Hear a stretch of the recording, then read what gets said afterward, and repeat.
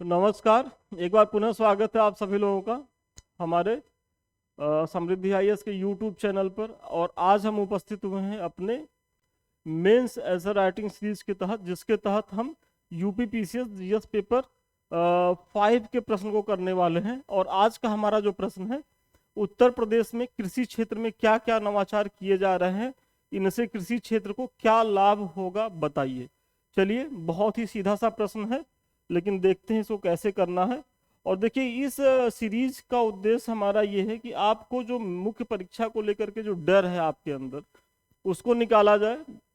क्योंकि बहुत से बच्चों का इस समस्या रहती है कि मेंस आंसर राइटिंग करते नहीं है, और वो नहीं करते हैं तो उसके पीछे का उनका एक डर होता है कि कैसे भूमिका लिखें, कैसे निष्कर्ष लिखें, बीच का पार्ट कैसे लिखें।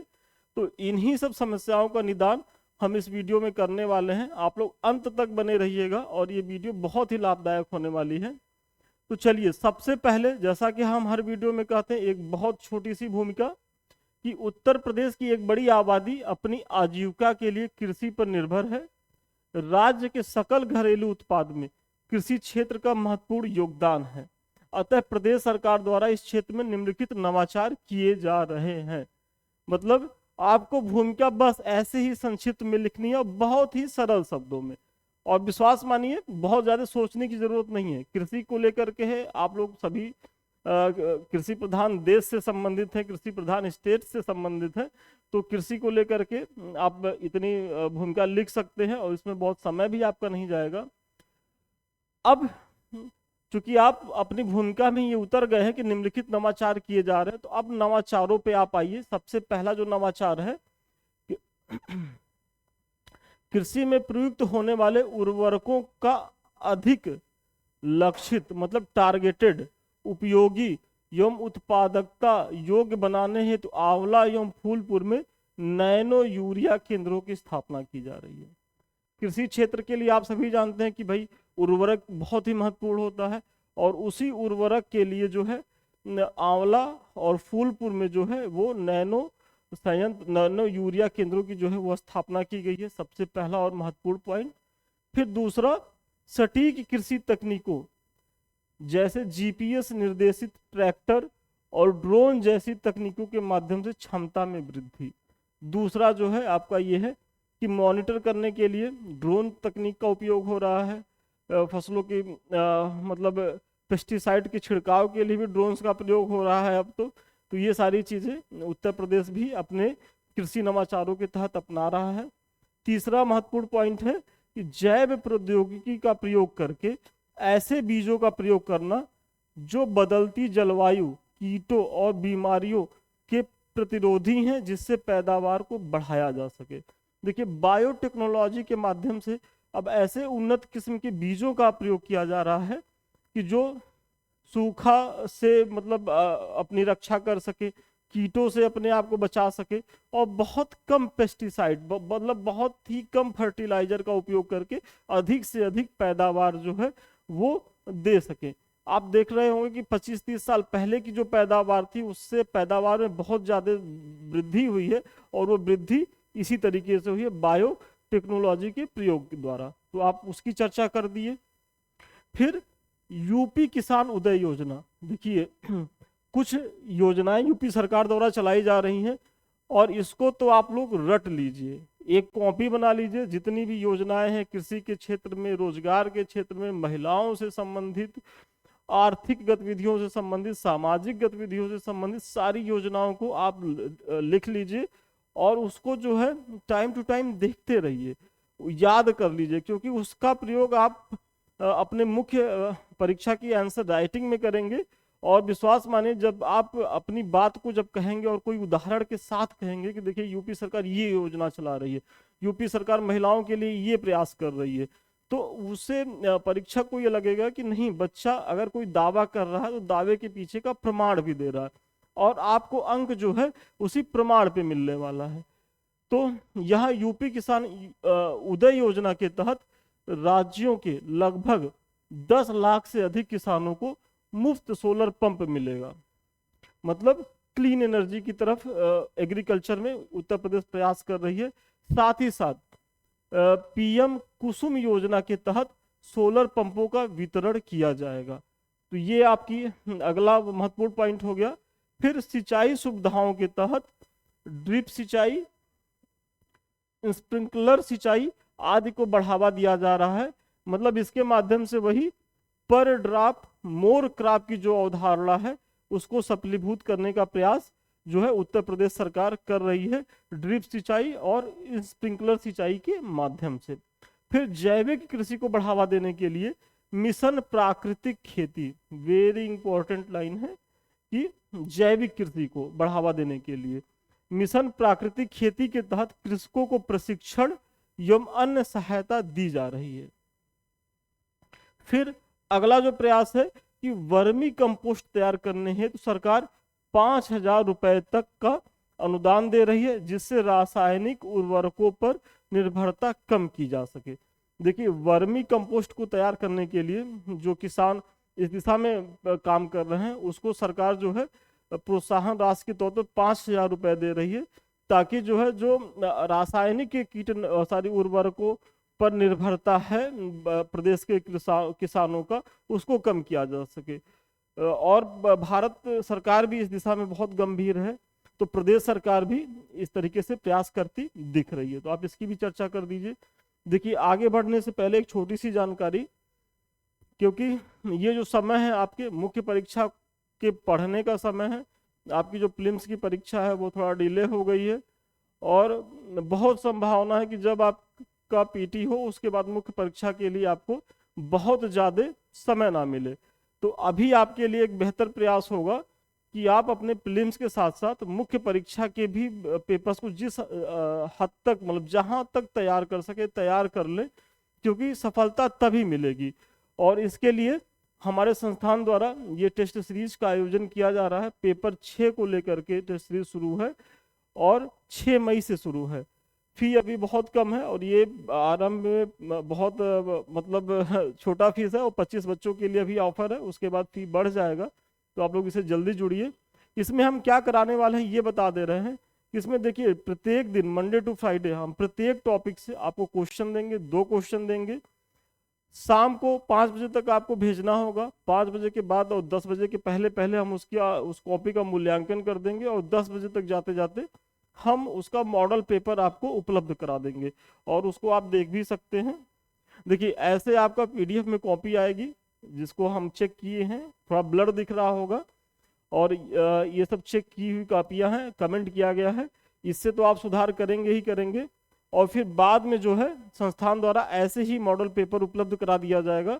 तो आपके पास मुख्य परीक्षा के पहले पहले एक तरीके से प्रत्येक टॉपिक से जो महत्वपूर्ण प्रश्न हैं उनकी एक सीरीज हो जाएगी, और आपको अगर इनको ही दोहरा के आप चले जाएंगे तब भी आपका मुख्य परीक्षा निकल जाएगा। बहुत संभावना रहेगी, बहुत बेहतर करने की संभावना आपकी यहाँ बन जाएगी। और चूंकि 2 क्वेश्चन ही डेली लिखना है तो आपको बहुत बर्डन भी नहीं पड़ेगा। आप साथ में साथ पीटी की तैयारी भी कर सकते हैं, और मेंस में भी आप धीरे धीरे किस तरीके से आपका पेपर सब तैयार हो जाएगा आपको पता भी नहीं चलेगा। तो इसलिए संस्थान से जुड़िए, इसका लाभ लीजिए। चलिए, अब जो है अब फिर आगे आइए। आप बता रहे हैं कि उपर्युक्त के अलावा, मतलब जो नवाचार है पीछे आपने बता दिया पॉइंट में जो महत्वपूर्ण थे, इसके अलावा भी कुछ कृषि क्षेत्र में जो नवाचार किए जा रहे हैं उसकी भी आप चर्चा कर दें।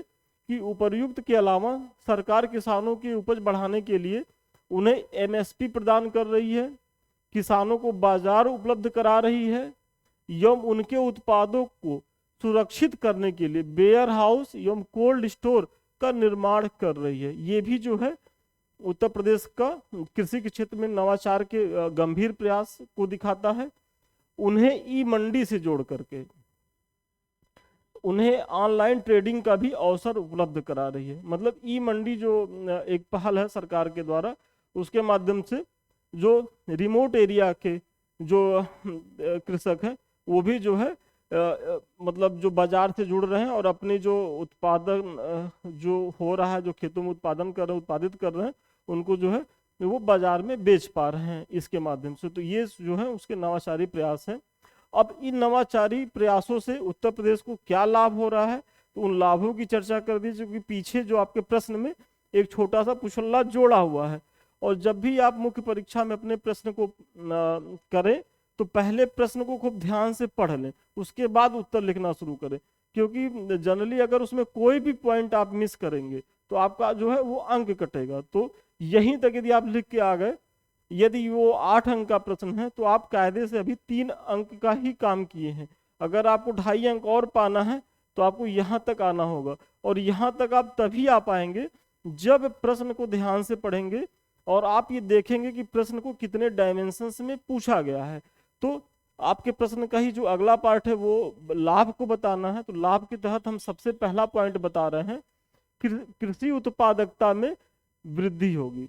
अब इन जो नवाचारी जो प्रयास किए रहे हैं, पहला प्रयास तो यही होगा भाई, कृषि के क्षेत्र में किए जा रहे हैं तो कृषि की उत्पादकता में वृद्धि होगी, जिससे प्रदेश के किसानों के रूप में एक बड़ी आबादी की आर्थिक स्थिति में सुधार होगा।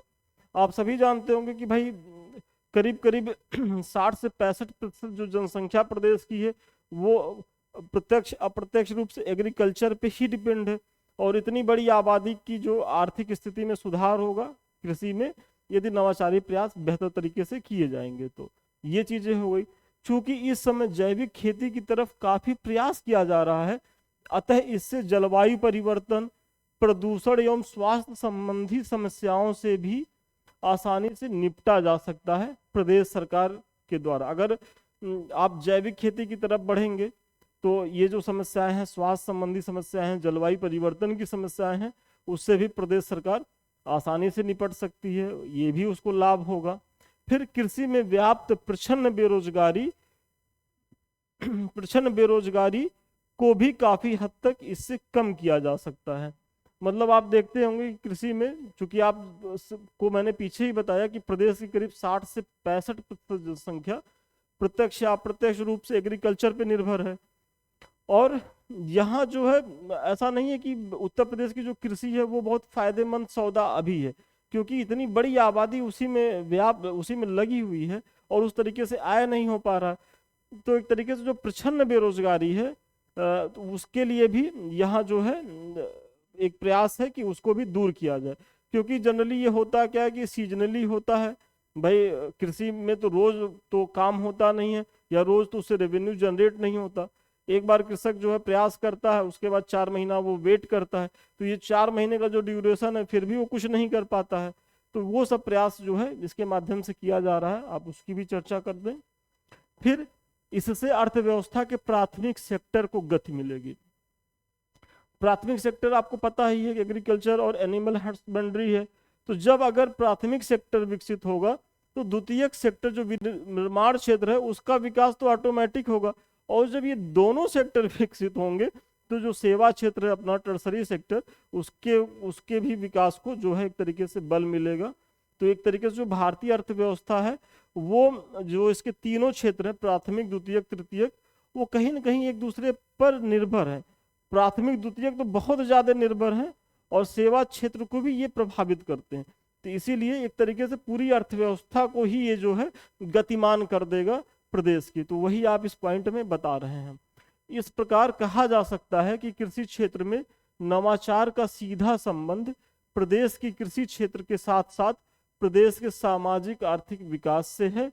इससे न केवल राज्य के सकल घरेलू उत्पाद में वृद्धि होगी, मतलब जीडीपी में वृद्धि होगी, बल्कि यह प्रति व्यक्ति आय पर कैपिटा इनकम को भी बढ़ाने में सहायक होगी। तो ये चीजें आप अपने निष्कर्ष में कह रहे हैं, और निष्कर्ष को ऐसे ही बहुत संक्षिप्त में सारगर्भित तरीके से लिखना है। तो चलिए, आज के प्रश्न का जो उत्तर था हमारा वो यहीं तक था। हमें बहुत विश्वास है कि इस प्रश्न के माध्यम से हम आपको कुछ सिखा पाए होंगे। अभी जाइएगा नहीं, इसके बारे में तो मैंने चर्चा कर दी। अधिक जानकारी के लिए 7303307507 पे संपर्क करें, ऑफिस के लोग और बेहतर बताएंगे। ये सब तो आपने देख ही लिया पीछे। ये हमारे समृद्धि आईएएस का टेलीग्राम चैनल है, इससे आप लोग इसलिए जुड़िए क्योंकि परीक्षा से उपयोगी विविध जानकारियां जो है हमारी टीम द्वारा यहाँ आपको निःशुल्क उपलब्ध कराई जाती हैं, इसकी कोई फी नहीं है। साथ ही साथ ये हमारे दोनों यूट्यूब के चैनल हैं, संदीप मिश्रा ऑफिशियल और समृद्धि आईएएस। आप दोनों से जुड़िए क्योंकि हम टाइम टू टाइम दोनों पे ही जो है वो आते रहते हैं आप लोगों के लिए। परीक्षा से संबंधित महत्वपूर्ण जानकारी को लेकर के। तो चलिए आज के लिए इतना ही, पुनः मिलते हैं नए वीडियो में नए क्लास के साथ। तब तक के लिए धन्यवाद, शुभकामनाएं आपको।